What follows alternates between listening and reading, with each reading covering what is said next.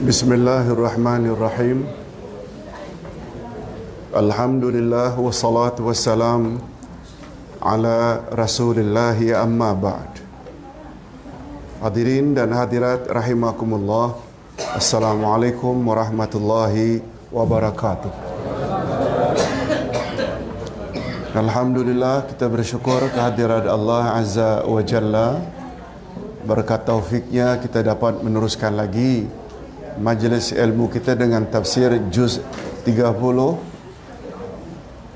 iaitu bahagian kedua dari surat An-Naba.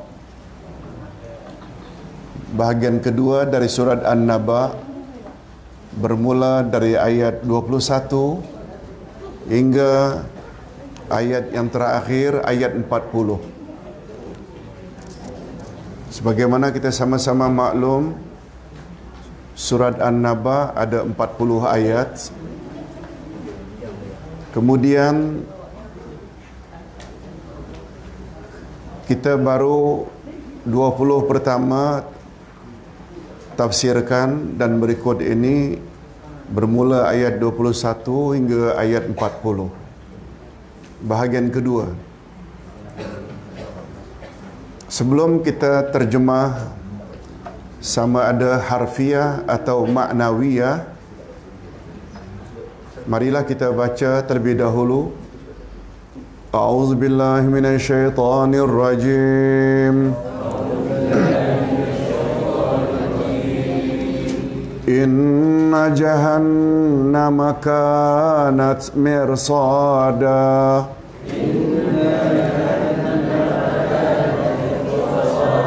Littaghina ma'aba. Labithina fiha ahqaba. La yazuquna fiha bardan wala syaraba.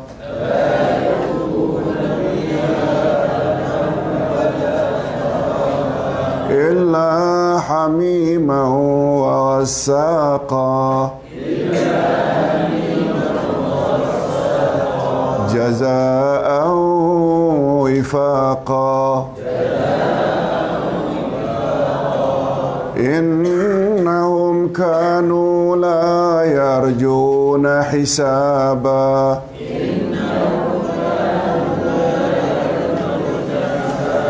وكذبوا بآياتنا كذابا.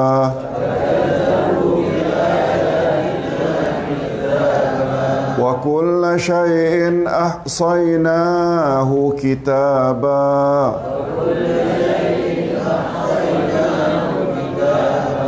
فذوقوا فلن نزيدكم إلا عذابا.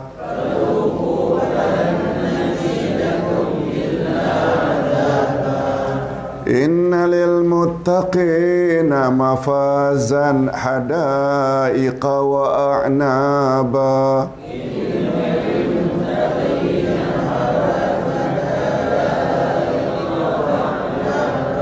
وكواعب أترابا. وكأسا دهاقا. لا يسمعون فيها لغوا ولا كذابا.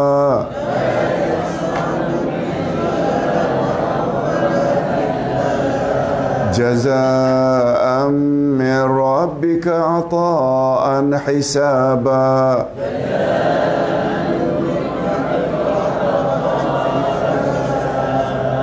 رب السماوات والأرض وما بينهما الرحمن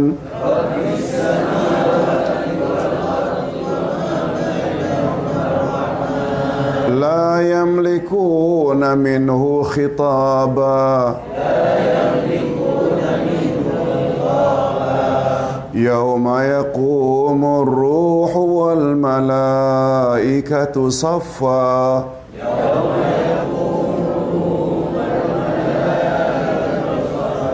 لا يتكلمون إلا من أذن له الرحمن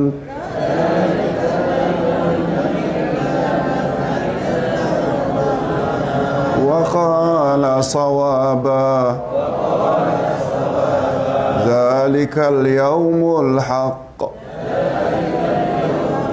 فمن شاء اتخذ إلى ربه مآبا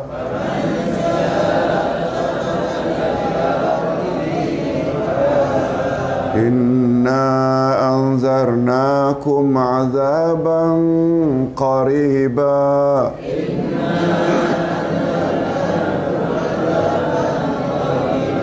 يوم ينظر المرء ما قدمت يداه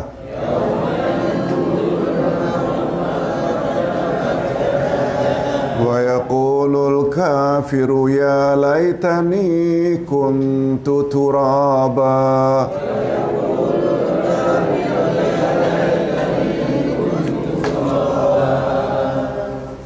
Nah, sekarang lihat muka surat 14.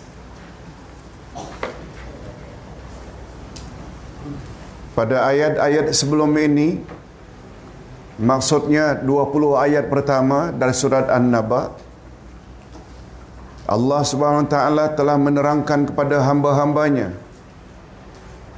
bahawa kejadian alam semesta ini dapat dijadikan bukti akan adanya hari berbangkit. Apa sebab? Pada 20 ayat pertama, Allah ada tak menyebut 9 tanda-tanda kebesaran Allah. Allah sanggup meninggikan langit, Allah sanggup membuat bumi menjadi terhampar, Allah sanggup membuat gunung jadi pasak, Allah sanggup menjadikan bintang-bintang dan matahari sebagai penerang. Kesemuanya itu, betul tak? Semua itu perkara-perkara besar belaka. Kalaulah perkara-perkara besar seperti itu Allah mampu, apatah lagi sekedar membangkitkan manusia yang sudah mati. Itu maksudnya. Pada ayat-ayat sebelum ini Allah telah menerangkan kepada hamba-hambanya bahawa kejadian alam semesta ini dapat dijadikan bukti akan adanya hari berbangkit. Karena itu manusia wajib mempercayainya. Kalau tak salah 2 minggu yang lalu Ustaz dah sebut, meyakini adanya hari berbangkit, jangankan menolak, ragu saja boleh kafir. Yang kita panggil dengan kufur syak, atau nama lainnya kufur zan. Kufur zan termasuk kufur besar ke atau kufur kecil? Besar. Jangankan menolak adanya hari berbangkit, ragu saja dah keluar Islam, murtad hukumnya. Selain itu, Allah Subhanahu Wa Taala juga menerangkan tentang peristiwa-peristiwa dahsyat yang terjadi pada hari berbangkit tersebut. Pada ayat-ayat berikut ini, nah ini ayat yang kita bacakan tadi, pada ayat-ayat berikut ini Allah Subhanahu Wa Taala menjelaskan pula akibat yang akan diterima oleh orang-orang yang mendustakan hari berbangkit dan akibat yang akan diterima oleh orang-orang yang percaya kepadanya. Yang percaya lalu beramal saleh, mereka layak masuk syurga. Mudah-mudahan golongan kita termasuk dalam golongan itu. Sementara yang tidak percaya adanya hari berbangkit lalu sesuka hati membuat dosa dalam hidupnya dan tak tobat menjelang mati, tempat mereka neraka. Na'udzubillah min zalik. Jadi manusia kelak dihisap. Jadi manusia kelak setelah dihisap akan terbagi kepada dua kelompok. Pertama, penghuni neraka, na'udzubillah min zalik. Yang kedua, penghuni syurga. Allahumma ja'alna minhum. Nah, dua golongan ini Allah sebutkan dulu. Allah sebutkan dulu tentang penghuni neraka Jahannam. Tahu tak ibu-ibu dan bapa sekalian, mengapa didahulukan neraka Jahannam daripada syurga? Ingat, surah ini turun kepada penduduk Mekah. Betul tak? Penduduk Mekah tak percaya adanya hari berbangkit. Itu sebabnya itu didahulukan dulu. Masih ingat kata-kata Siti Aisyah? Mula-mula surah yang Allah turunkan adalah surah-surah pendek. Maksudnya juz amma. Allah tidak suruh Nabi Muhammad mengatakan kepada penduduk Mekah, la taznu, jangan berzina. Niscaya mereka akan jawab, kami tidak akan tinggalkan zina, sebab itu dah budaya kami. La tashrabul khamar, yang Allah turunkan kepada Nabi Muhammad bukan mula-mula jangan minum arak. Sebab bila itu turun, mereka akan cakap, kami tidak akan tinggalkan minum arak, sebab itu dah minuman kami. Apa sebab mereka cakap begitu? Karena mereka tak percaya adanya hari berbangkit. Oleh sebab itu, selagi hayat dikandung badan, marilah kita memuaskan nafsu kita. Sebab bila dah mati, habis perkara. Kan itu kepercayaan orang-orang. Di situ rahasianya mengapa di sini antara golongan masuk syurga dengan masuk neraka didahulukan masuk neraka. Sebab itu ditujukan kepada golongan yang tak percaya adanya hari berbangkit. Tolong ulang sekali lagi. Inna jahannama kanat mirsada.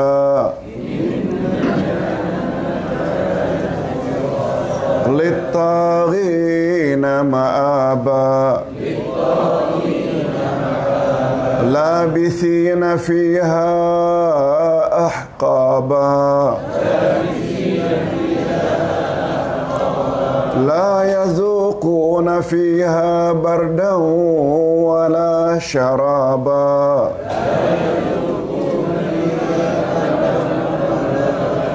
Illa hamiman wassaqa. Jazaa'an wifaqa. Sesungguhnya neraka Jahannam itu padanya ada tempat pengintai mirsad. Tempat mengintai. Mana-mana penjara mesti ada 4 penjuru, itu mesti ada pos yang melihat gerak-gerik banduan dalam penjara. Betul tak? Rupanya neraka pun macam itu, ada tempat mengintai. Lagi menjadi tempat kembali bagi orang-orang yang melampaui batas. Mereka tinggal di dalamnya berabad-abad lamanya. Mereka tidak merasakan kesejukan di dalam dan tidak pula mendapat minuman selain air yang mendidih dan nanah sebagai pembalasan yang setimpal. Hadirin dan hadirat, betul tak secara segala cerita dalam Quran benar belaka? Zalikal kitabula raib. Tidak ada yang boleh diragukan. Di dalam ayat ini Allah Subhanahu wa taala menerangkan tentang keadaan golongan pertama, yaitu penghuni neraka Jahannam. Di sini disebut tentang penghuni neraka Jahannam terlebih dahulu. Nah, ini yang Ustaz sebutkan tadi. Karena motif utama surah ini diturunkan adalah untuk apa? Memberi amaran keras atau ancaman. Tolong ikuti at-tahdidu. maknanya ancaman atau amaran keras. Allah Subhanahu Wa Taala menggambarkan tentang keadaan neraka tersebut. Antaranya, pertama, pada neraka Jahannam terdapat mirsad. Apa makna mirsad? Tempat mengintai. Malaikat yang ditugaskan menjaga neraka akan mengintai dengan sungguh-sungguh gerak-gerik penghuni neraka. Perkataan mirsad selain menunjukkan tempat, ismul makan, ism itu naun, makan itu tempat, untuk menyatakan tempat mirsad iaitu tempat mengintai, ia juga dijadikan sifat bagi neraka, karena neraka memiliki sifat senantiasa mengintai musuh-musuh Allah yang melaluinya. Hadirin dan hadirat, setuju tak kalau Ustaz katakan bahawa semua manusia mesti melalui neraka?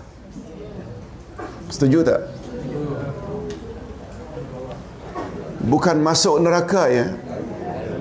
Lalu apa sebab? Di antara padang mahsyar, tempat amal kita diperiksa dan dihisap, lalu menuju ke syurga, ada titian tak? Lalu neraka di mana? Di bawah titian, tak ada. Jembatan kedua menuju neraka tak ada. Jembatan satu-satunya Siratal Mustaqim kita akan lalui. Yang sampai ke destinasi selamat masuk syurga, mudah-mudahan kita termasuk golongan ini. Lebih-lebih lagi kita yang rajin attend kelas. Ada kaitan tak? Siapa yang bersungguh-sungguh pergi ke majlis ilmu, niscaya Allah permudahkan baginya jalan syurga. Lalu neraka berada di mana? Neraka ini juga adalah pengintai. Makna mirsad itu dia mengintai mana orang yang patut dia kait untuk dijatuhkan. Wa ma adraka mal hutama allati tattali'u 'alal afidah. Neraka yang di bawah ini namanya hutama. Dia tahu siapa yang patut dia kaitkan untuk jatuh. Na'udzubillahi min dzalik. Itu makna tattali'. Tattali' itu dia tahu setiap orang yang lalu itu mana yang patut dilepaskan dan mana yang patut dijatuhkan. Jadi sekali lagi ayat Quran menyebut setiap manusia mesti melalui neraka, bukan masuk. Melalui dengan makna itu. Yang kedua, pengajaran yang dapat diambil dari ayat tersebut, setiap manusia, ini dia ayatnya, mesti melalui neraka sebelum mereka sampai ke syurga. Ini sebagaimana firman Allah dalam surat Maryam ayat 71, wa in minkum illa wariduha.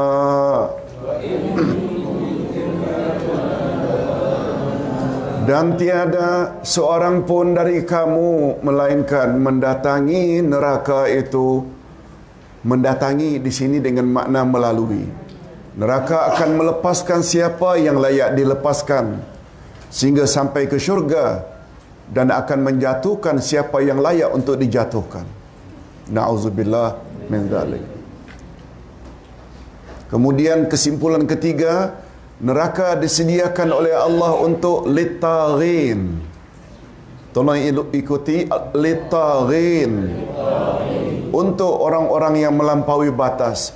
Menurut Imam Ibn Katsir, makna melampaui batas, mereka adalah orang-orang yang bergelumang maksiat dan menentang ajaran para rasul. Itu sebabnya kita hendaklah senantiasa mengikuti Quran dan sunnah Nabi sallallahu alaihi wasallam.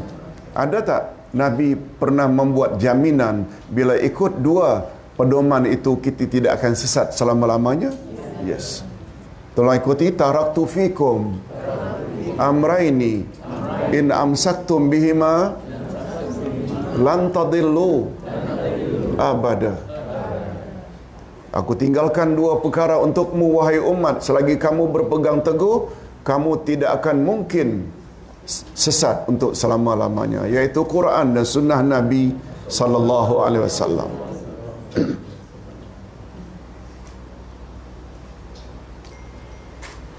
Mereka akan tinggal di dalam neraka selama-lamanya. Para ulama tafsir berbeza pendapat tentang makna ahqaba. Mereka tinggal di dalam neraka ahqaba dalam masa yang lama, yang panjang. Para ulama berbeza pendapat tentang makna ahqaba. Ada yang mengatakan 80 tahun, ada pula yang berpendapat 70 tahun, ada pula yang berpendapat 40 tahun. Namun makna yang lebih tepat ialah jangka masa yang berkesinambungan tanpa akhirnya, sebagaimana firman Allah, khalidina fiha abada. Mereka kekal di dalamnya selama-lamanya. Al-Ahzab ayat 65. Di dalam neraka mereka tidak pernah merasa nyaman dan tidak pernah mendapat minuman untuk menghilangkan dahaga, kecuali diberi minum air yang mendidih dan nanah yang sangat menjijikkan dan sangat busuk baunya. Ini merupakan balasan yang setimpal terhadap perbuatan mereka ketika di dunia dulu. Oleh sebab itu, adalah menjadi tugas setiap kita untuk segera apa? Taubat dulu, itu betul. Bukan ibadat. Mana kita patut dahulukan antara taubat dengan ibadat? Sebab taubat membersihkan diri. Semua kita pernah buat dosa, betul tak? Sedangkan ibadat menghias diri. Mana yang patut didahulukan, membersihkan atau menghias? Kita salat, kita puasa, haji, umrah, kita tutup aurat dan lain-lain, itu ibadat, membaca Quran dan zikrullah.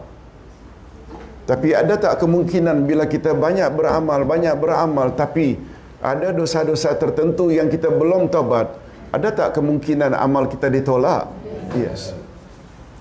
Jangan lupa ayat 112 dari surat At-Taubah. Allah menyebut taubat dulu baru ibadat. Tolong ikuti. At-taibuna al-abidun al-hamiduna as-saihun. Ayatnya panjang, cuma ustaz tidak sebut. Orang-orang yang tobat dan orang-orang yang beribadat dan orang-orang yang memuji Allah dan orang-orang yang berpuasa dan orang-orang yang rukuk dan orang-orang yang sujud, mereka akan bahagia di akhirat nanti. Dan urutan itu diawali dengan tobat atau ibadat.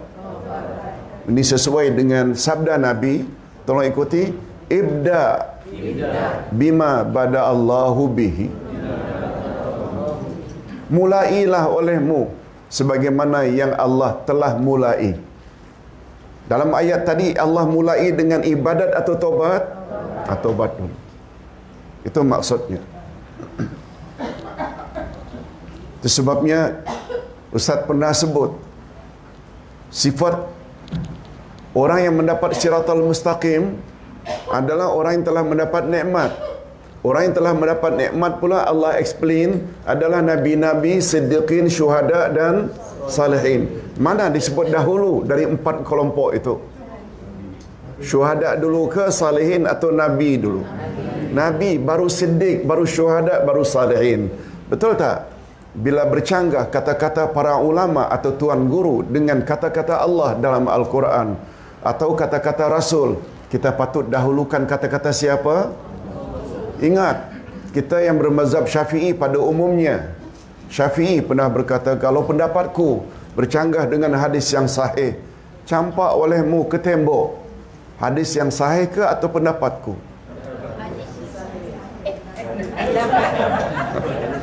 Terperangkap. Yang kita patut campak ke tembok itu hadis yang sahih atau pendapatku? Kata Syafi'i. Bukan sembarang orang itu. Betul tak? Bermakna Syafi'i sendiri sadar bahawa beliau tidak maksum. Siapa kita? Tapi wujud tak dalam masyarakat? Karena terlalu fanatik dan ta'assub kepada tuan guru, apa saja hadis sahih kita bawa dia tolak. Bercanggah tak itu? Bercanggah dengan sabda Nabi. Mulai olehmu apa yang Allah telah mulai. Nabi dulu, baru Siddiq, baru syuhada, baru salihin. Hadirin dan hadirat rahimakumullah.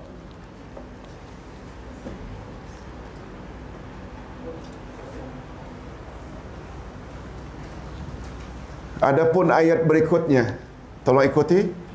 Innahum kanu la yarjuna hisaba.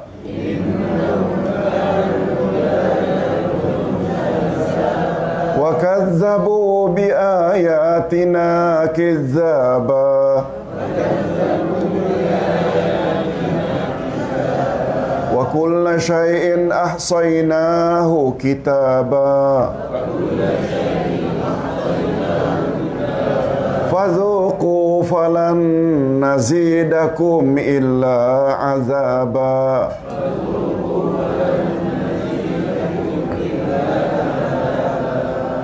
Sesungguhnya mereka tidak takut kepada hisab. Siapa mereka? Orang beriman ke orang kafir tadi? Dia ada kaitannya dengan orang kafir tadi. Sesungguhnya mereka, yakni orang-orang kafir, tidak takut kepada hisab. Dan mereka mendustakan ayat-ayat kami dengan sesungguh-sungguhnya. Dan segala sesuatu telah kami catat dalam suatu kitab. Karena itu rasakanlah, dan kami sekali-kali tidak akan menambah kepada kamu selain daripada azab. Na'udzubillah min zalik. Di antara pengajaran dari ayat ini ialah Allah Subhanahu wa taala mendedahkan dua sifat golongan yang layak mendapat siksaan sebagaimana di atas. Pertama, mereka tidak takut pada hisab. Yang kedua, mereka mendustakan ayat-ayat Allah. Oleh sebab itu, kita jika ingin selamat, perlu tak percaya akan adanya hisab? Bukan percaya saja, malah kita kena yakin dan amalkan anjuran Umar ibnu Al-Khattab. Apa dia anjuran Umar ibnu Al-Khattab? Tolong ikuti. Hasibu qabla an tuhasabu, wazinu qabla an tuzanu. Hisab dirimu sebelum kamu dihisab. Timbang-timbanglah amalanmu sebelum amalmu ditimbang. Lalu kita pun buat semacam itu. Salatlah kamu sebelum kamu disalatkan. Tutuplah auratmu sebelum kamu dikafani. Ada betul tak? Bila dah mati, barulah nak tutup lingkup. Dah tak ada guna lagi. Bila dah nak mati, baru nak salat, dah tak ada guna lagi. Hisablah dirimu sebelum kamu dihisab. Maknanya, ini kan yang namanya muhasabah diri. Itu sebabnya kata para cendekiawan Islam, orang yang berakal, mereka akan isi hidup mereka dengan 3 perkara. Masih ingat? Pertama sekali muhasabah diri. Apa makna muhasabah diri?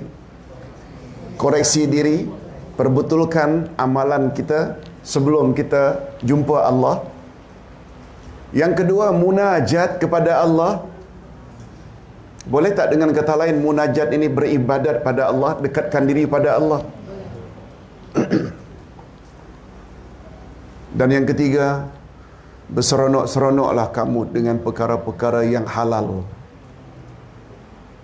Boleh tak kita enjoy dengan anak cucu? Boleh tak?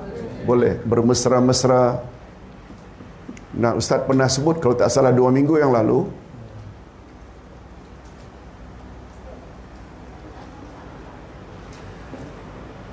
semua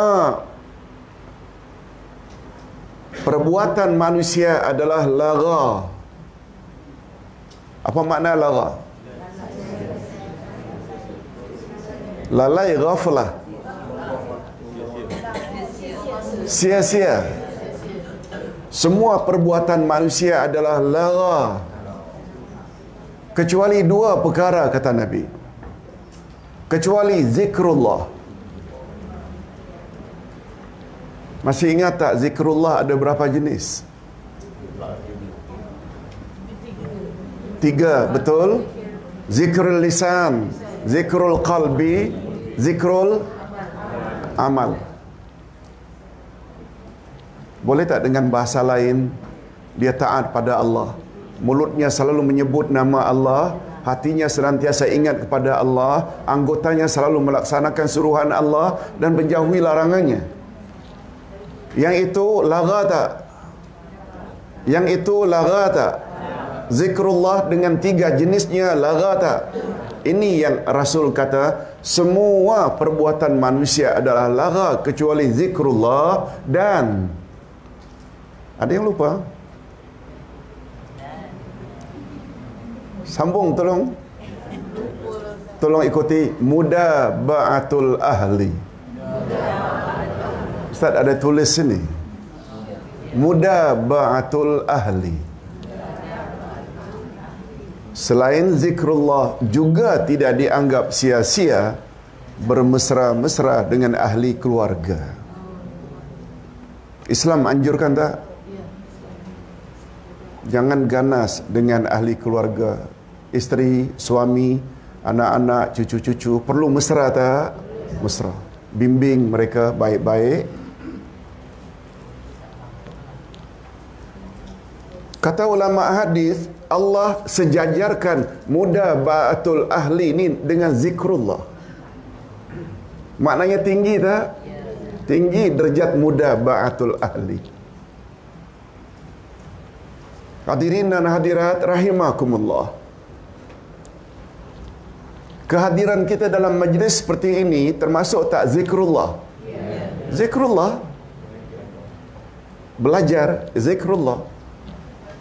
Ustaz ingat pagi tadi Ustaz katakan mengawali kuliah subuh, di antara ciri-ciri wali Allah. Mau dengar tak?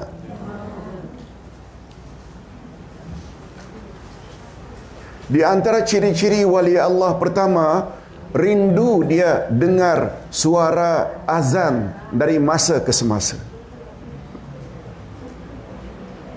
Sehari berapa kali?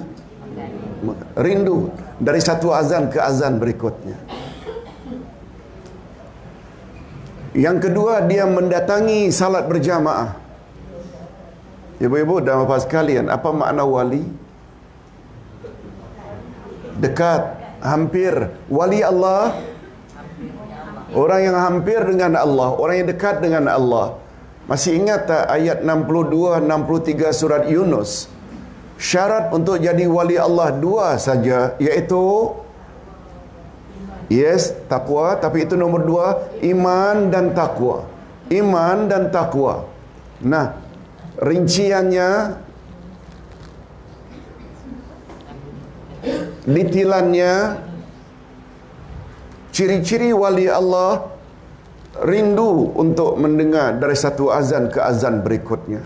Mereka lakukan salat pada awal waktu dan kalau boleh berjamaah. Yang ketiga, mereka akan usaha untuk dapat saf yang pertama. Berikutnya, mereka akan duduk di taman-taman syurga. Apa taman syurga di atas muka bumi? Majlis ilmu. Dan mereka berlapang dada terhadap kesalahan orang lain. Mereka tidak pendendam. Mereka sangat suka membantu dan menolong orang lain sesuai kemampuan masing-masing. Betul tak semuanya itu baik belaka? Itu sebabnya mereka bergelar wali-wali Allah. Hadirin dan hadirat,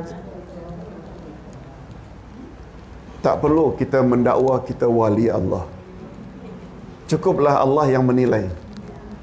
Kalaulah iman dan takwa syarat utama untuk jadi wali Allah, setuju tak kalau Ustaz katakan Khulafaur Rasyidin itu adalah 4 orang pertama dari umat Muhammad yang layak mendapat wali Allah? Maksud Ustaz mendapat gelaran wali Allah. Tapi Nabi Muhammad tak pernah Abu Bakar, Umar, Osman itu mereka adalah awliya Allah. Tak pernah sebutkan.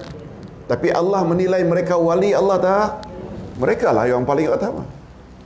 Selain Nabi Muhammad sallallahu alaihi wasallam, apalagi Nabi berwasiat menjelang wafatnya. Apa kata Nabi? Apabila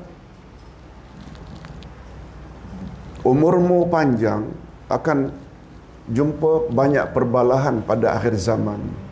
Kalau ketika itu kamu ingin selamat, ikut saja sunnahku dan sunnah Khalifah Ar-Rashidin sesudahku. Maknanya Nabi recommend tak 4 manusia itu. Walaupun tak pernah dalam hadis menyebut Abu Bakar, Umar, Osman, Ali itu adalah wali-wali Allah, tapi kita berani tak mengatakan mereka lah wali Allah yang hakiki? Karena kedekatan mereka. Mudah-mudahan kita walaupun tidak dapat seperti mereka, paling kurang sedikit sebanyak perlu tak kita ambil serpihan sifat-sifat mulia mereka? Yes. Apalagi bila dihubung kaitkan bahawa Siratal Mustaqim itu adalah nabi-nabi, siddiq-siddiq, syuhada dan salihin. Betul tak Nabi itu Nabi Muhammad? Siddiq betul tak Abu Bakar? Syuhada termasuk tak Umar, Osman dan Ali? Karena mereka semua mati dibunuh dalam menjalankan tugas kekhalifahan. Okey, Ustaz ingin teruskan. Yang pertama sekali di antara pengajaran yang dapat diambil, pertama, Allah telah mendedahkan 2 sifat. 2 sifat yang layak mendapat siksaan. Pertama, mereka tidak takut kepada hisab. Kita jangan punya sifat macam itu. Kita takut tak dengan hisab? Dan yang kedua, mereka yang layak mendapat siksa mendustakan ayat-ayat Allah. Alhamdulillah, kita yang datang ke majlis tafsir seperti ini secara volunteer, tidak ada siapa yang paksa, menunjukkan kita bukan jenis mendustakan ayat-ayat Allah. Malah kita bersedia tak menerima panduan dari ayat-ayatnya. Yes. Mudah-mudahan kita diberi oleh Allah sifat istiqamah. Yang kedua, pengajaran dari ayat yang kita bacakan tadi. Menurut Imam An-Naisaburi, Allah menggambarkan sifat mereka yang tidak takut kepada hisab itu dengan ungkapan, tolong ikuti, innahum kanu la yarjuna hisaba. Makna asal ayat ini, sesungguhnya mereka tidak mengharapkan hisab. Ini mengisyaratkan betapa dangkalnya iman mereka. Sebab kesan negatif daripada tidak yakin adanya hari berbangkit, niscaya tidak akan mendorongnya melakukan amal saleh walau bagaimanapun besar ganjaran yang dijanjikan. Malahan sikap demikian justru akan mendorongnya melakukan kejahatan dan penganiayaan terhadap orang lain. Sedangkan sifat kedua, Allah gambarkan, tolong ikuti, wa kadzabu bi ayatina kidzaba.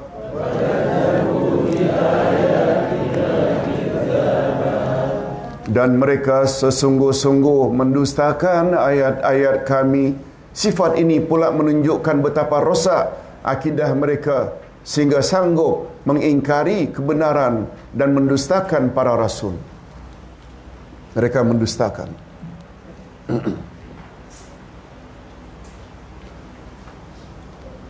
Jadi imam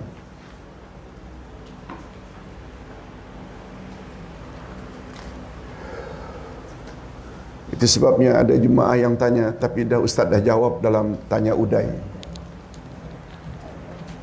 Boleh ustaz sebut sikit sini? Ustaz ada WhatsApp semalam, usaha orang-orang kafir ingin mengganggu orang Islam. Bolehlah kita gunakan istilah begitu. Betul tak? Itu suatu yang tidak boleh dinafikan. Menurut kajian cucu Allah Yarham Nek Aziz, kalau dulu-dulu tahun 50-an, 60-an, 70-an orang China masuk Kristian 3% saja. Hari ini meningkat menjadi 30%. Itu sebabnya kita perlu dalam dakwah ini, perlu tak berlemah lembut dengan mereka, bukan keras. Di antara kajian daripada Doktor, ada yang masih ingat siapa nama beliau? Doktor Nek Zawawi. Nek Zawawi, cucu dari Allah Yarham Nek Aziz. Menurut kajian beliau, hari ini 30% masuk ke agama Kristian karena cara Kristian menarik mereka lemah lembut, sedangkan kita pula pong. Mereka memang kafir, tetapi approach dalam berdakwah, betul tak, perlu kita perbetulkan dengan lemah lembut supaya masuk ke dalam Islam. Itu menurut kajian beliau, ya. Itu di antara mengapa mereka masuk ke dalam Kristian hari ini 30%.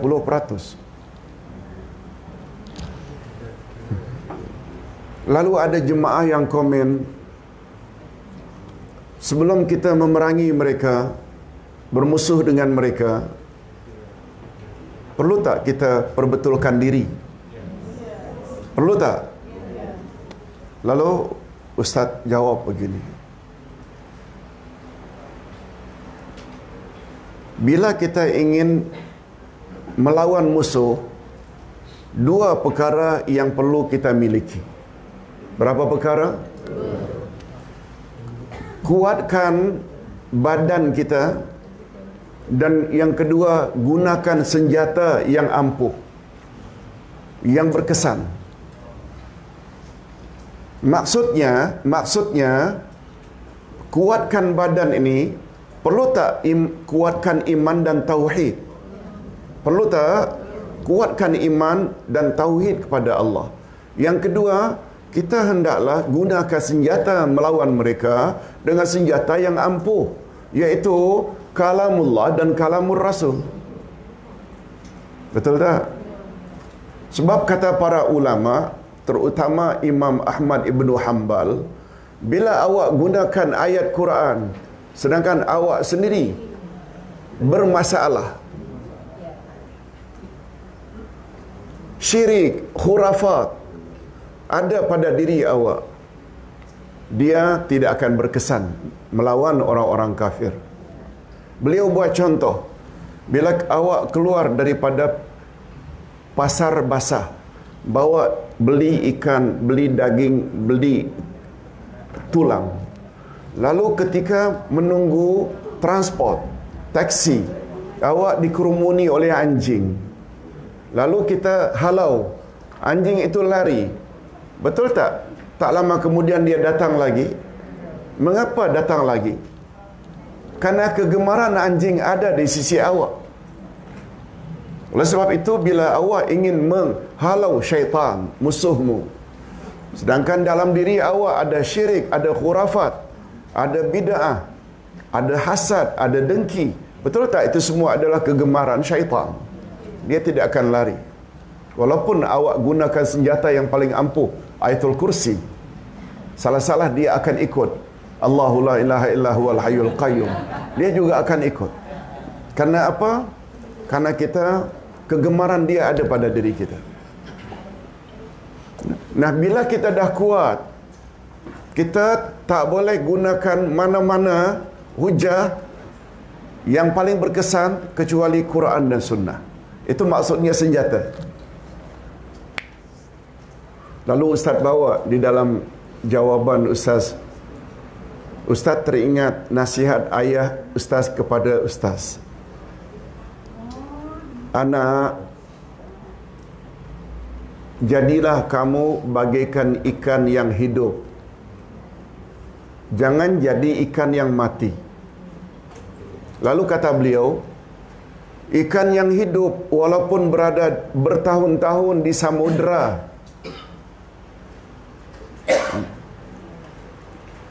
dia tidak masin. Beza dengan ikan yang mati, sebentar saja dia mati, letakkan garam langsung masin. Ada pengaruh luaran itu masuk karena mati. Ustaz mula-mula dinasihati itu tak faham lagi. Kemudian baru kita ingat, rupanya bila kita hidup ini maknanya ada iman. Tak mudah pengaruh negatif itu masuk. Betul tak? Tapi bila kita dah mati, ilmu tak ada, iman tak ada, masuk langsung. Boleh faham maksudnya? Ialah orang tua, dia tak tahu Quran, tak tahu Sunnah, hanya nelayan saja. Tapi cara dia memberi nasihat itu tepat tak? Sangat tepat. Hidup ini mesti dengan ilmu, terutama ilmu tentang Al-Quran dan Sunnah Nabi sallallahu alaihi wasallam. Okey, kita teruskan. Yang ketiga, menurut Al-Qasimi, Al-Khashani, menurut Al-Qashani, dengan memiliki dua sifat tercela itu, akhirnya luput dari mereka dua perkara, iaitu amal dan ilmu. Amal dan ilmu akhirnya luput.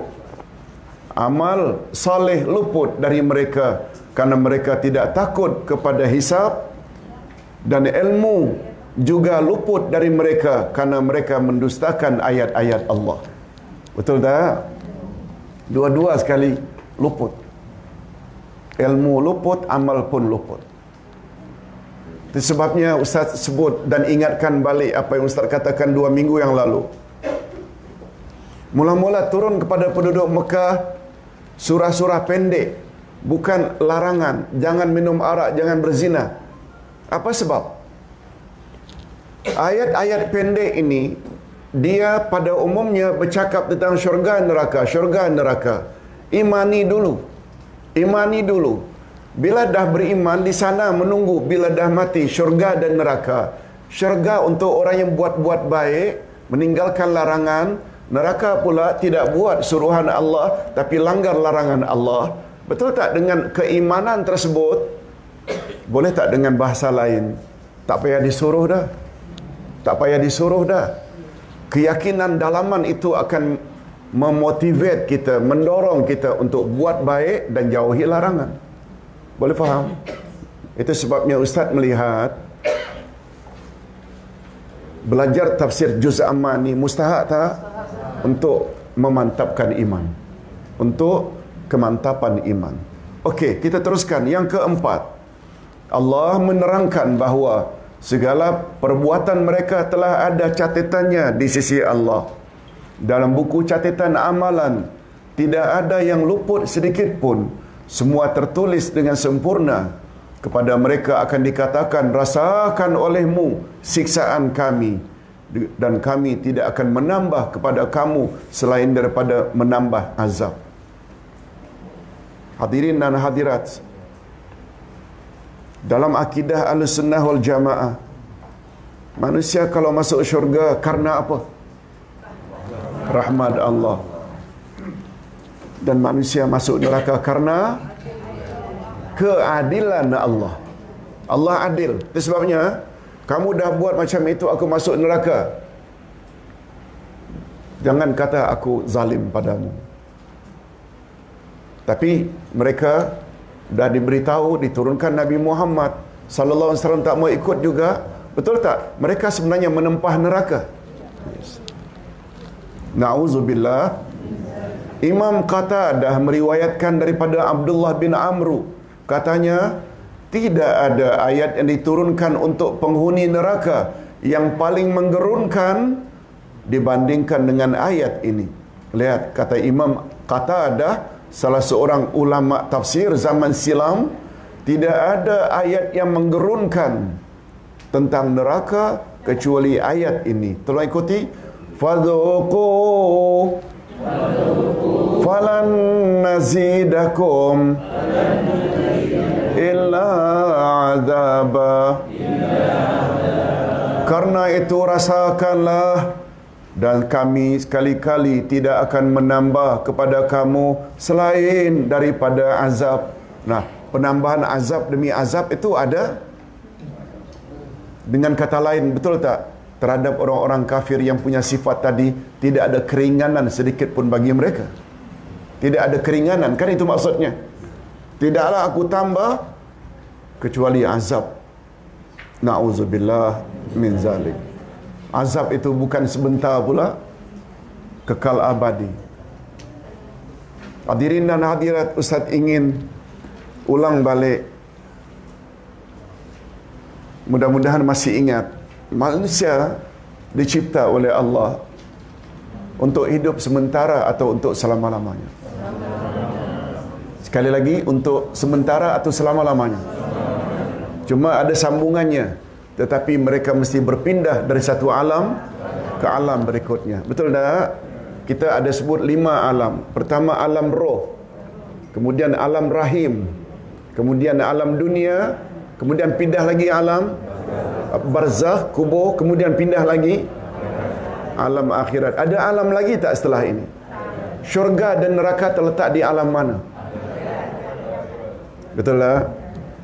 Ini yang kita target, kita ni alam ini.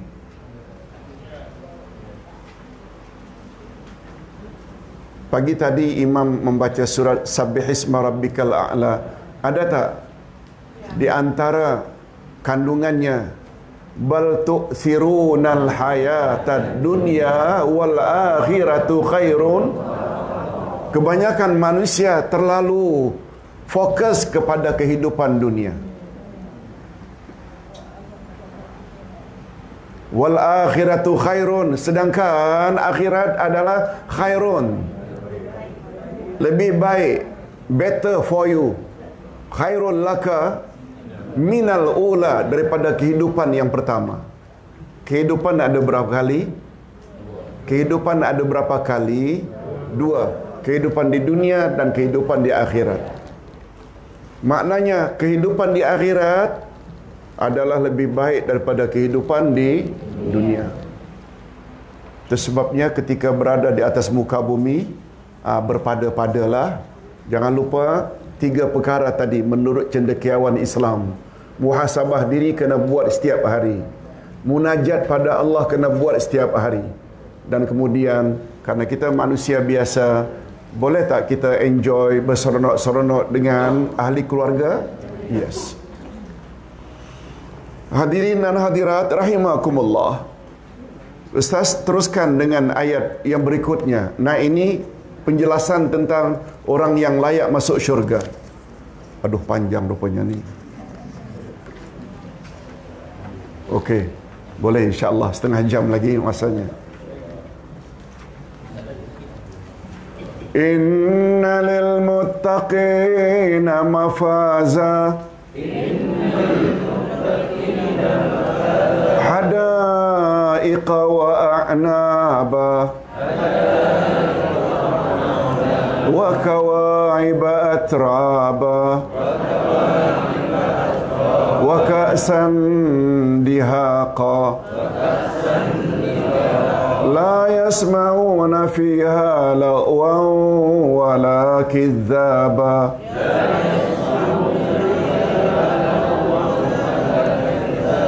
Jazaa'an min rabbika 'ata'an hisaba.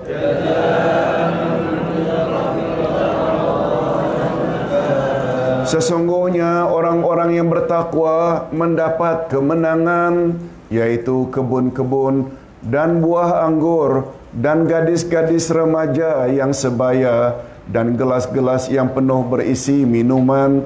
Di dalamnya mereka tidak mendengar perkataan yang sia-sia dan tidak pula berperkataan dusta, sebagai balasan dari Tuhanmu dan pemberian yang cukup banyak. Mudah-mudahan kita termasuk golongan ini. Dalam ayat-ayat ini Allah SWT menerangkan pula tentang golongan yang kedua. Mereka adalah orang-orang yang bertakwa. Hanya orang-orang yang bertakwa saja yang akan berhasil melepasi titian siratal mustaqim sehingga berhasil masuk ke dalam syurga. Mereka lah orang-orang yang akan mendapat kemenangan. Ini sebagaimana firman Allah dalam ayat yang lain, surat Maryam ayat 7172, wa in minkum illa wariduha kana ala rabbika hatman maqdiya summa nunajjil ladzina taqaw wa nadharu adh-dhalimina fiha jithiya.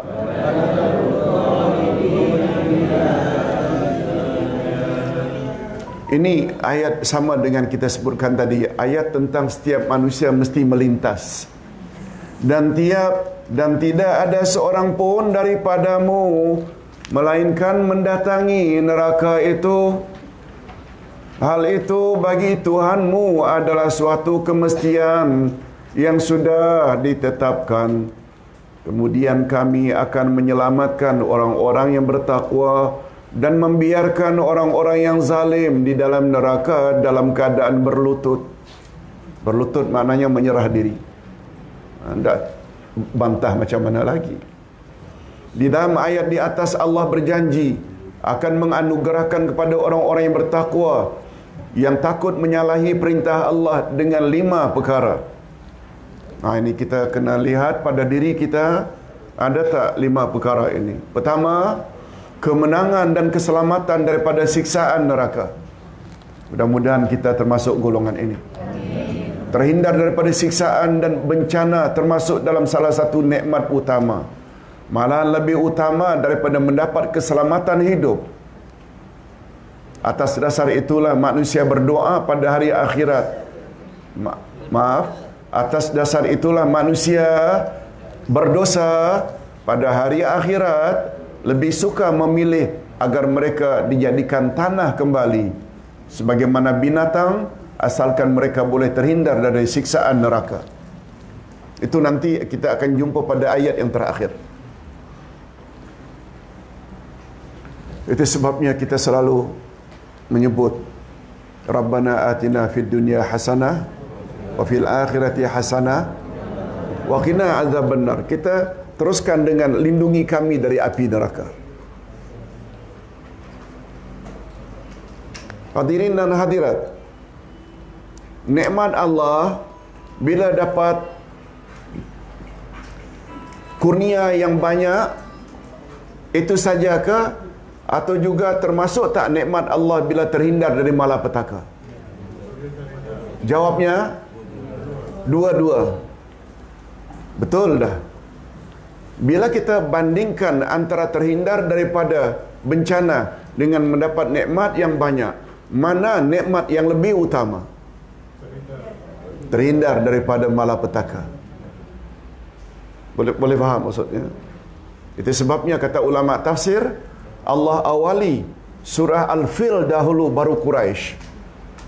Betul tak? Al-Fil itu orang Quraisy Mekah selamat daripada serangan burung ababil. Selamat daripada serangan Abraha. Abraha musnah, betul tak? Karena Allah kirim burung ababil. Akhirnya selamat. Betul tak? Penduduk Mekah selamat daripada serangan.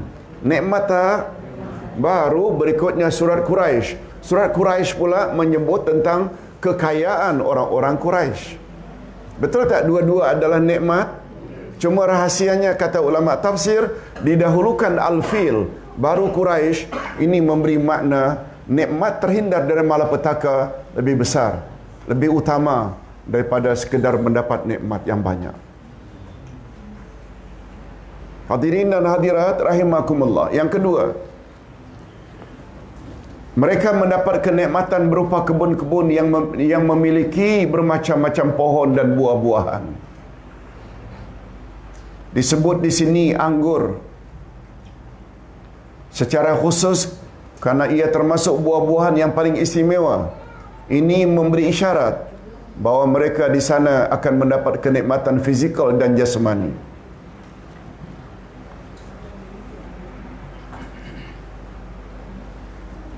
Hadirin dan hadirat, ayat ini juga memberi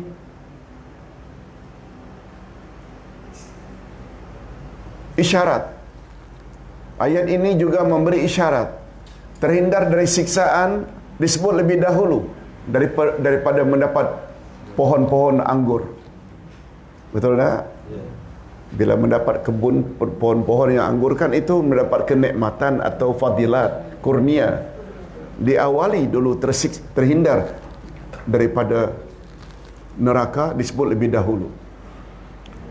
Hadirin dan hadirat, sedikit penjelasan.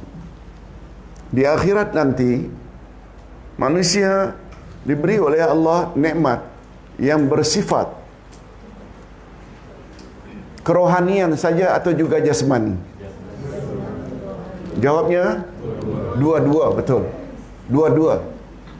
Sebab yang percaya kebangkitan nanti hanya dengan roh sahaja tanpa jasad itu pendapat siapa? Nasrani dan Yahudi. Dengan istilah lain ahli kitab. Tadi kita dah sebut musyrikin Mekah bukan Yahudi, bukan Nasrani, musyrikin tak percaya langsung adanya hari berbangkit, syurga neraka. Jenis kafir satu lagi kan ahli kitab Yahudi dan Nasrani, percaya tak adanya syurga dan neraka? Kita juga percaya tak ada syurga, ada neraka. Apa beza kita dengan Nasrani dan Yahudi?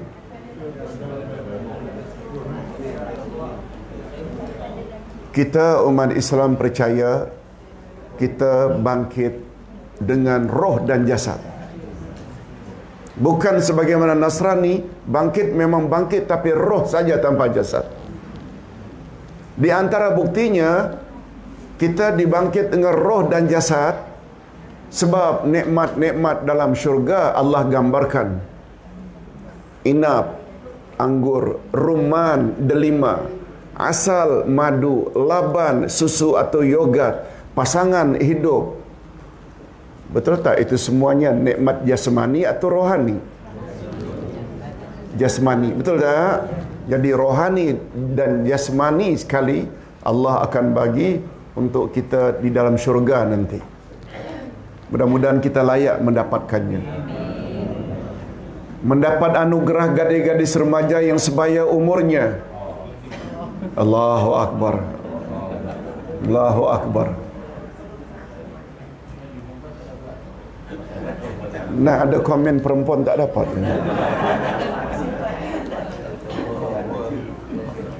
Kalau dapat nak jadi lesbian pula. Tak timbul masalah itu. Itu sebabnya kita bila minta syurga, jangan minta secara detail. Allah Subhanahu Wa Taala apalagi kaedah dalam bahasa Arab. Kaedah dalam bahasa Arab menyebut macam mana? Bila disebut nikmat itu untuk lelaki, automatically juga untuk perempuan. Tapi bila untuk perempuan, lelaki tak dapat. Kasihan laki-laki. Boleh faham maksud? Segala arahan dalam Quran, aqimus salah itu bentuk laki-laki. Kalau perempuan aqimnas salah. Atuz zakah itu arahan untuk laki-laki. Atainaz zakah itu untuk perempuan. Tapi tidak ada aqimu wa aqimnas salah. Dirangkap tak ada. Sebab kaedah dalam bahasa Arab, bila arahan untuk laki-laki, automatically juga untuk perempuan. Jangan perempuan buat alasan, tak ada pun arahan khas untuk kami. Tak boleh. Tak boleh. Seperti umpamanya Assalamualaikum, kom itu untuk laki-laki. Tapi bila disebut kom, masuk perempuan tak? Tapi bila Assalamualaikunna salam, Assalamualaikunna, Itu untuk khas perempuan, laki-laki tak masuk. Boleh faham maksudnya? Kalau di sini dikatakan pasangan bidadari itu kan perempuan, tapi sebenarnya laki-laki pun diperuntukkan oleh Allah. Cuma dalam hal ini Allah tidak sebut secara detail. Ustaz teruskan menggambarkan di sini kejelitaan gadis-gadis tersebut dengan ucapan kawaib, artinya gadis-gadis yang indah payudaranya, dan ungkapan atraba, iaitu sebaya umurnya. Ini pula memberi isyarat mereka akan mendapat kenikmatan seksual dan naluri atau naluri fitrah insan. Yang keempat, mendapat kenikmatan berupa gelas-gelas yang penuh berisi khamar, arak yang tidak memabukkan. Ini sebagaimana yang Allah sifatkan di dalam firman-Nya. Tolong ikuti. La yusaddauna anha wala yunzifun. Mereka tidak pening karenanya dan tidak pula mabuk. Al-Waqi'ah ayat 19. Ini pula melambangkan kenikmatan hiburan yang tidak melalaikan. Yang kelima, tiada di dalam syurga perkataan yang sia-sia atau dusta. Kalau di dunia tidak dapat dihindarkan ucapan-ucapan yang batil dan dusta, terutama di dalam majlis yang ada padanya minuman khamar, tetapi di dalam syurga keadaan itu tidak akan terjadi, karena akal penghuni syurga tidak akan berubah karena minum khamar atau arak. Hakikat ini pula menunjukkan betapa tenteramnya jiwa mereka. Kita doakan mudah-mudahan kita semua termasuk golongan yang layak mendapat nikmat ini. Amin ya rabbal alamin. Setelah menyebut satu demi satu kenikmatan yang bakal diterima oleh orang-orang bertakwa, lalu Allah menerangkan pula kepada mereka bahawa segala kenikmatan itu adalah anugerah daripada Allah Azza wa Jalla yang cukup banyak sebagai rahmat dan kurnia daripadanya. Kita teruskan dengan ayat berikut. Ini bahagian terakhir. Rabbis samawati wal ard wa ma bainahuma ar-Rahman la yamlikuna minhu khitaba yauma yaqumur ruhu wal malaikatu saffa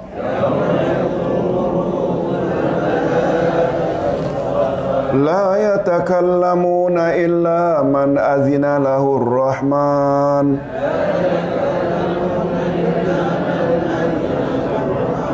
wa qala sawaba dzalikal yaumul haqq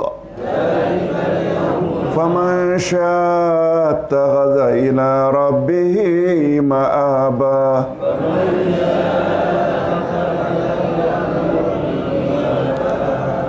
Inna anzarnakum azaban qariba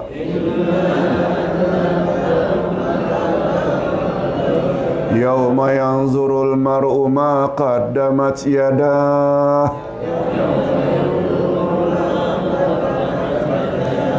wa yaqulul kafiru ya laitani kuntu turaba.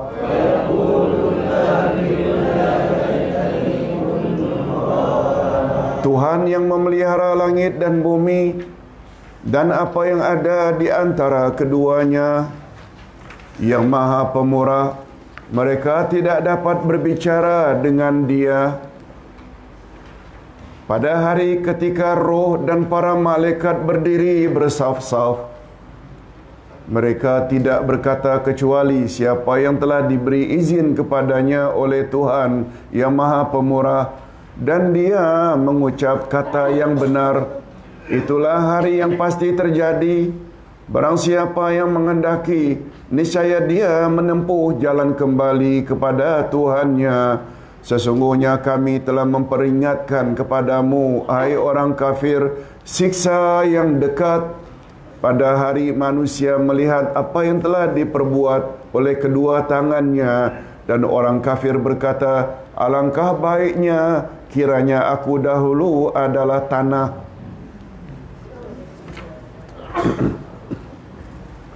Banyak pengajaran dari ayat ini. Ada 7 pengajaran. Kita baca secara ringkas. Di antara pengajaran yang dapat diambil dari ayat-ayat di atas, pertama, Allah menerangkan bahawa dialah Tuhan yang memelihara langit dan bumi dan segala yang terdapat di antara keduanya. Keagungan Allah pada hari kiamat sangat terserlah, sehingga tidak seorang pun yang akan berbicara dengan Allah melainkan setelah mendapat keizinan daripadanya.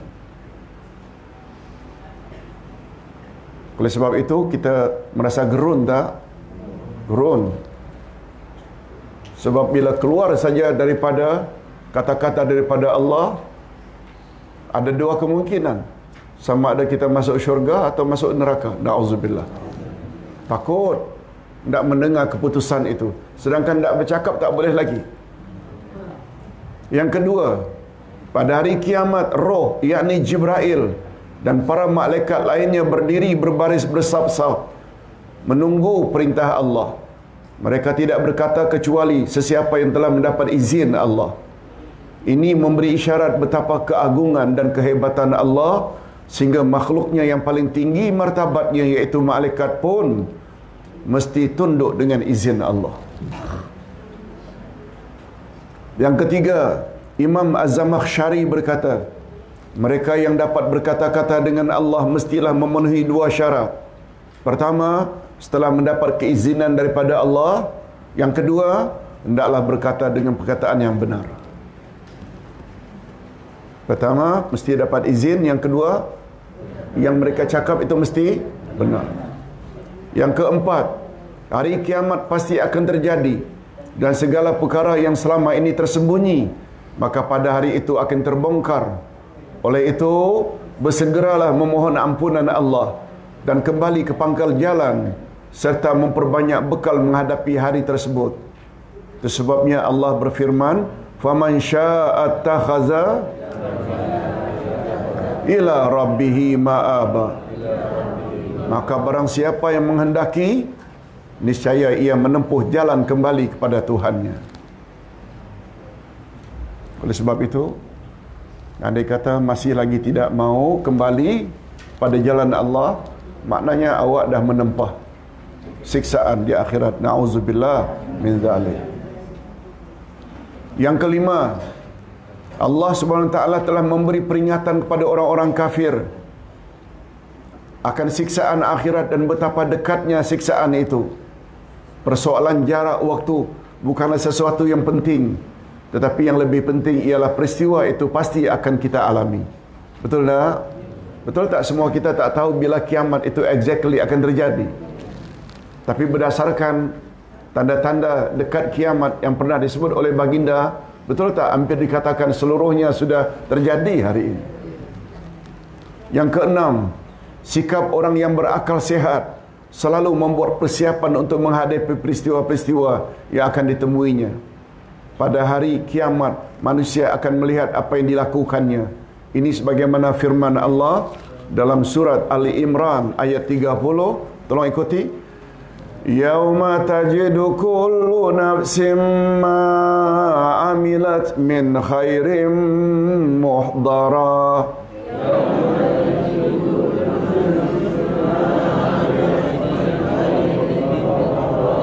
Wa ma amilat min su'in tawaddu law anna bainaha wa bainahu amadan ba'ida.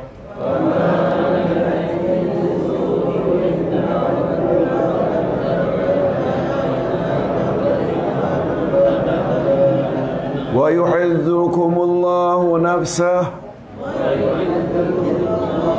wallahu ra'ufum bil ibad.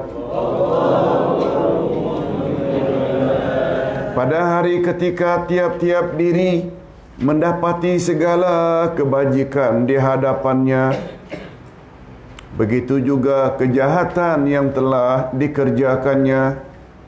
Ia ingin kalau kiranya antara dia dengan hari itu Ada masa yang jauh dan Allah memperingatkan kamu terhadap siksanya, dan Allah sangat penyayang kepada hamba-hambanya.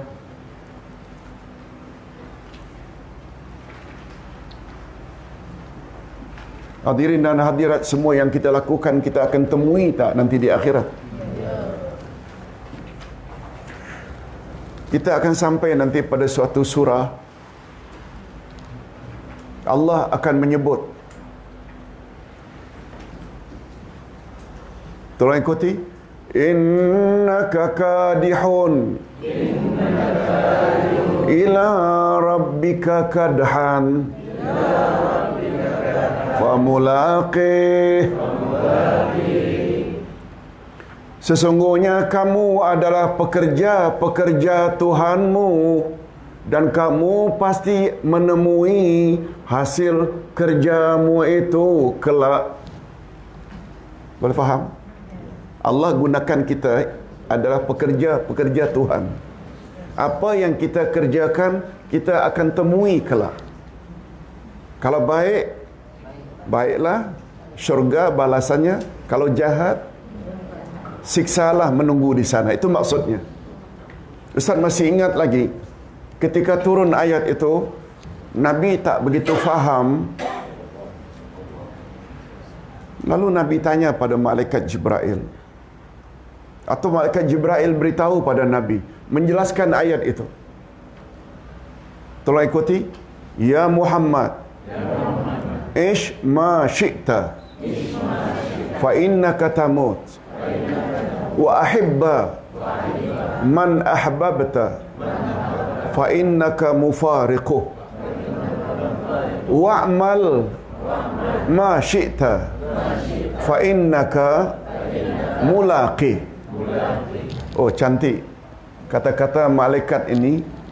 Wahai Muhammad,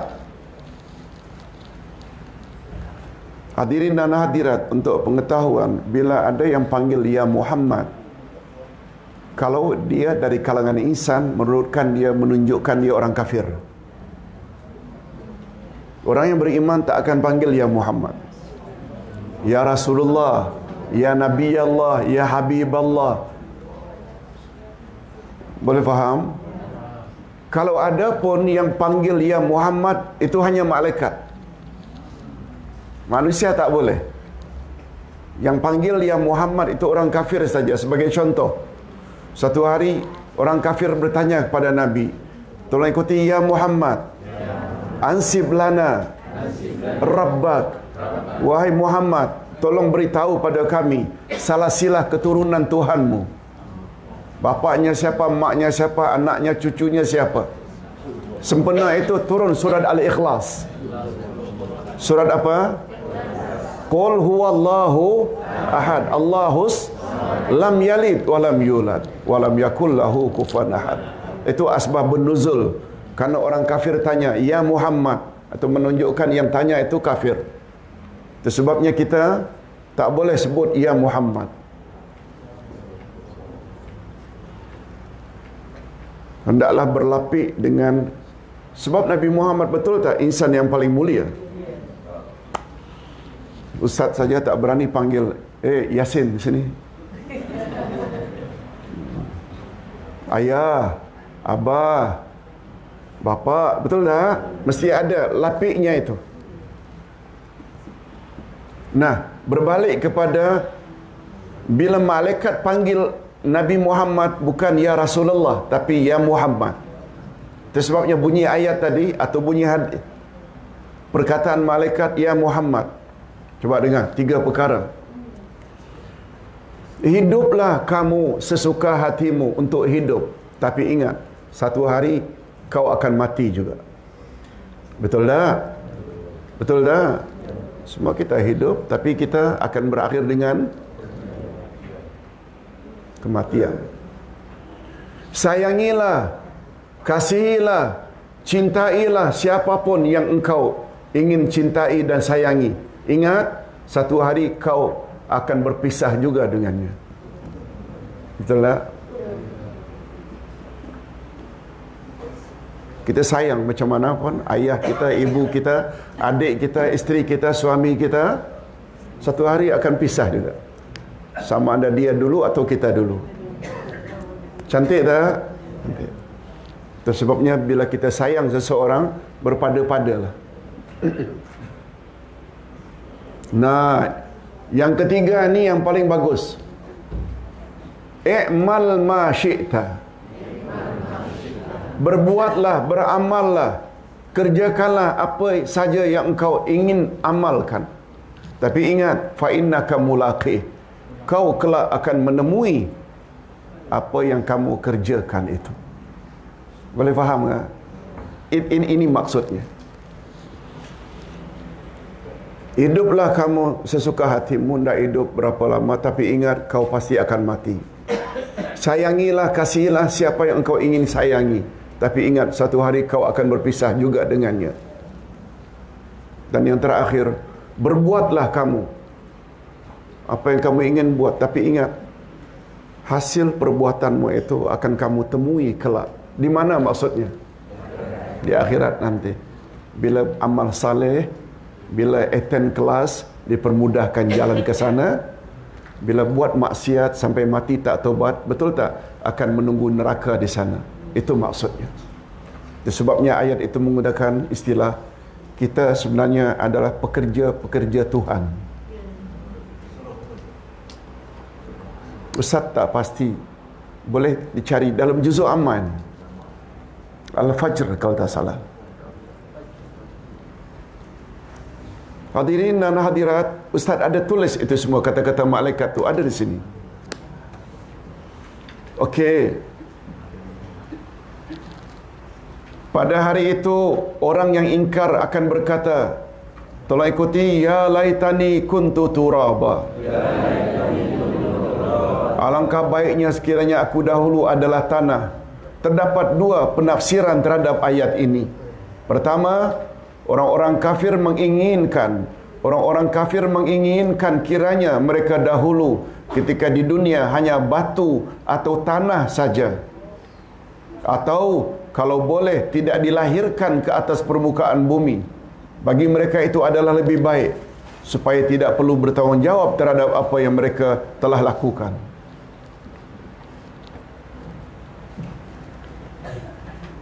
Boleh faham? Itu keinginan. Karena apa mereka minta jadi batu? Karena tak mau disiksa. Kalau Ustaz boleh tambah, ya Allah, alangkah baiknya kalau dulu aku insan tapi aku gila. Betul tak? Orang gila kan tak ada hukum.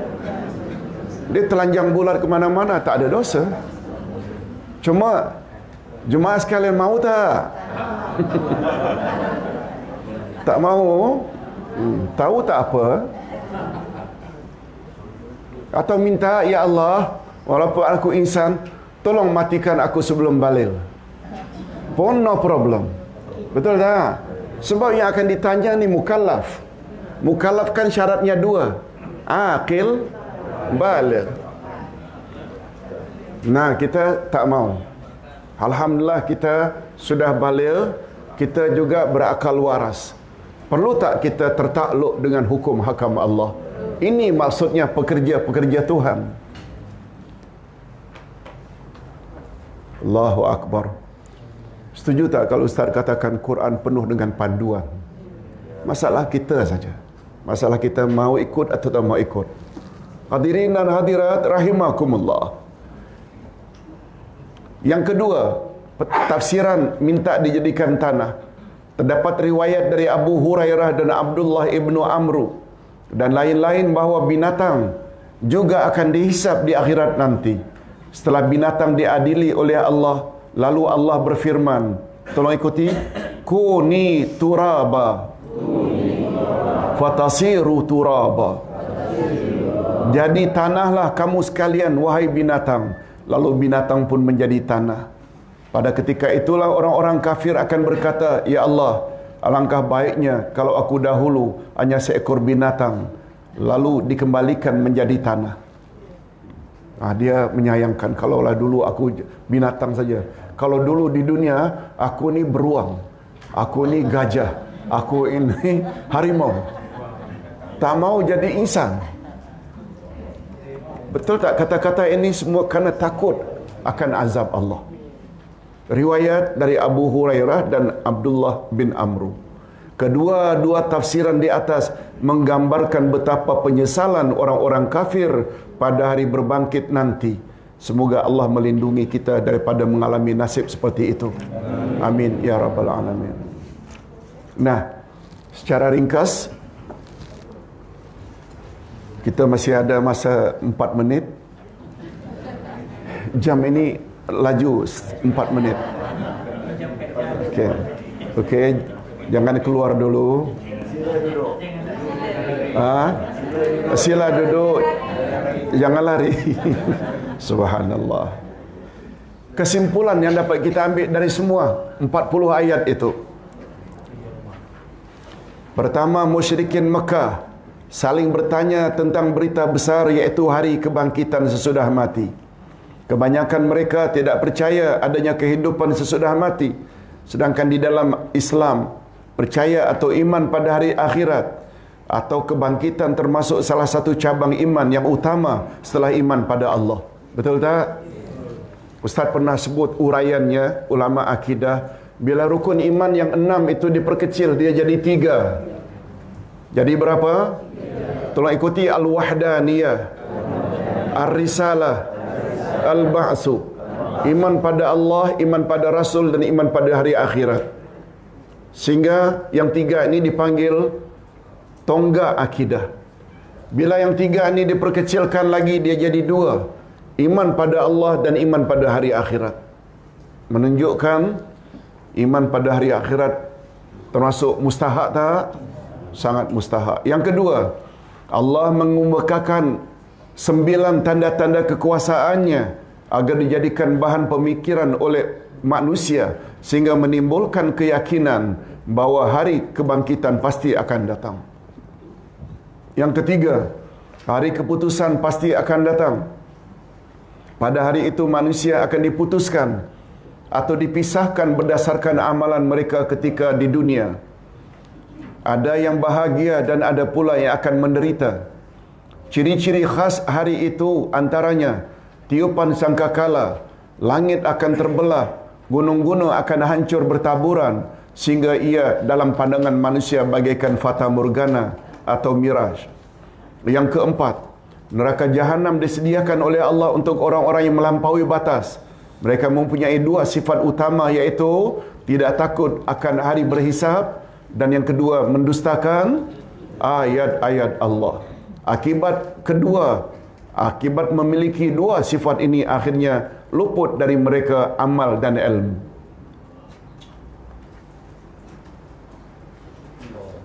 Yang kelima, setiap manusia pasti melalui neraka. Pada neraka ada tempat mengintai. Dia akan menjatuhkan siapa yang layak dijatuhkan ke dalam neraka. Dan hanya orang yang bertakwa sahaja yang akan selamat hingga tiba ke syurga. Mudah-mudahan kita termasuk golongan terakhir. Yang keenam, penghuni neraka akan disiksa. Penghuni neraka akan disiksa dengan pelbagai bentuk siksaan. Antaranya, tidak pernah merasa nyaman. Tiada bagi mereka minuman kecuali air yang mendidih dan nanah yang sangat busuk dan menjijikkan. Na'udzubillah. Yang ketujuh, orang-orang yang bertakwa ditempatkan di dalam syurga. Mereka akan mendapat berbagai nikmat jasmani dan rohani. Antaranya buah-buahan, pasangan yang menyenangkan, minuman yang lazat. Tiada kata-kata yang sia-sia dan dusta dan lain-lain.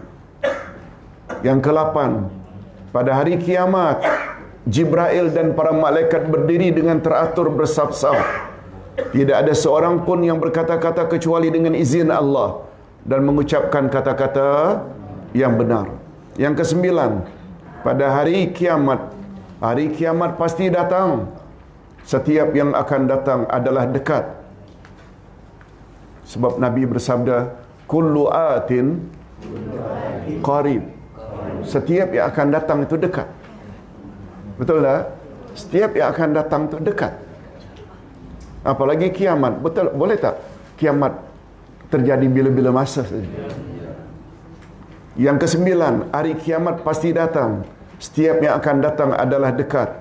Malahan yang lebih mustahak bukan dekat jauhnya tempoh yang dijanjikan, tetapi yang pasti semua aktiviti dan kegiatan kita pasti akan dihisap.